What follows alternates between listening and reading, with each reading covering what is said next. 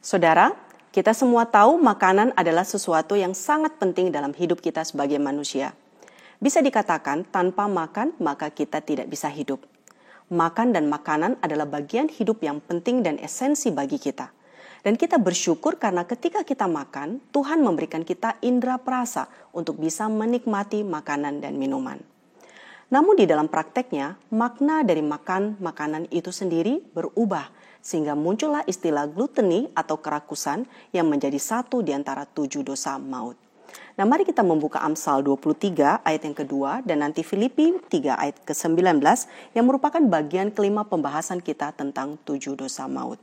Amsal 23 ayat yang kedua. Taruhlah sebuah pisau pada lehermu bila besar nafsumu. Filipi 3 ayat ke-19.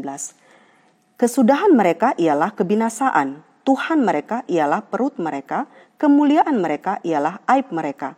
Pikiran mereka semata-mata tertuju kepada perkara duniawi.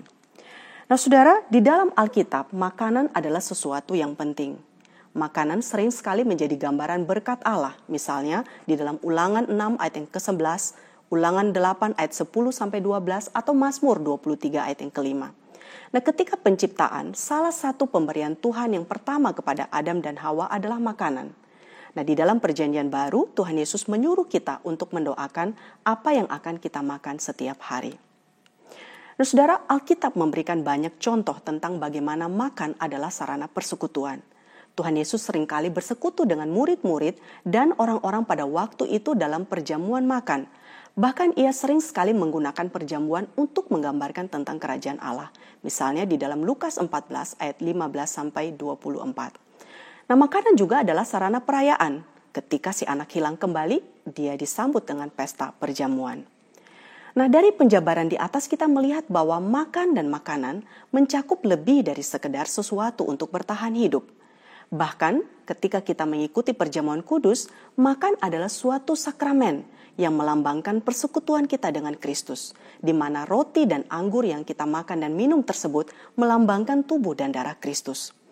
Nah di dalam Wahyu 19 ayat yang ke-17, dalam kerajaan sorga, persekutuan kita dengan Tuhan digambarkan melalui perjamuan makan dan duduk semeja dengan Tuhan. Saudara, dalam hal apakah makan menjadi dosa? Di dalam sejarah gereja, kerakusan dikategorikan sebagai satu di antara 7 dosa maut karena makna dari makan berubah menjadi sesuatu yang berfokus kepada diri sendiri atau self-centered life. Nah, kerakusan itu sendiri adalah suatu keinginan berlebihan atau excessiveness kepada makanan. Hal ini membuat seseorang hanya memperhatikan diri sendiri sehingga tidak memperhatikan orang lain, khususnya mereka yang membutuhkan. Nah, yang menjadi persoalan dalam kerakusan ini bukan semata-mata kepada jumlah makanan yang dikonsumsi, tetapi lebih kepada cara kita menyikapi makanan. Nah, kerakusan ini bisa kita lihat contohnya di dalam Bilangan pasal 11. Ketika orang Israel bersungut-sungut kepada Allah. Mereka ingin makan daging seperti ketika mereka di Mesir. Mereka bosan makan mana setiap hari. Nah Tuhan kemudian mengirimkan burung puyuh kepada mereka.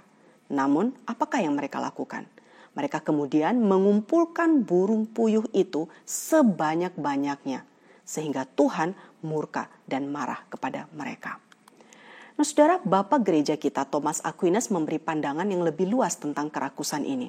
Dia mengatakan bahwa kerakusan menyangkut keinginan makan yang berlebihan. Keinginan yang terus-menerus ingin makan makanan yang lezat dan mahal. Sehingga seluruh pikiran dan hasrat kita adalah memikirkan secara terus-menerus apa yang akan kita makan. Nah hal ini bisa membawa kita kepada kondisi di mana akhirnya kepuasan hidup diletakkan pada makanan yang dikonsumsi. Dan lama-kelamaan hal ini bisa menumpulkan selera rohani kita atau spiritual appetite kita.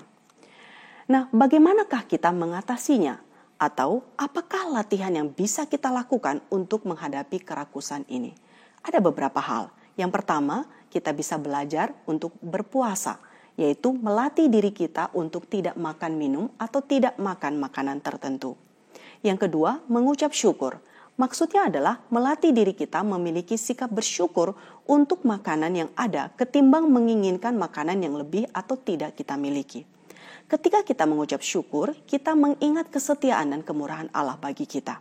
Yang ketiga, melatih pengendalian diri atau self-control dan mengembangkan healthy eating habits atau kebiasaan makan yang sehat dan belajar untuk tidak overeating atau kebanyakan makan. Biarlah Tuhan menolong setiap kita di dalam hal ini dan melatih diri kita untuk tidak jatuh di dalam dosa kerakusan ini. Amin.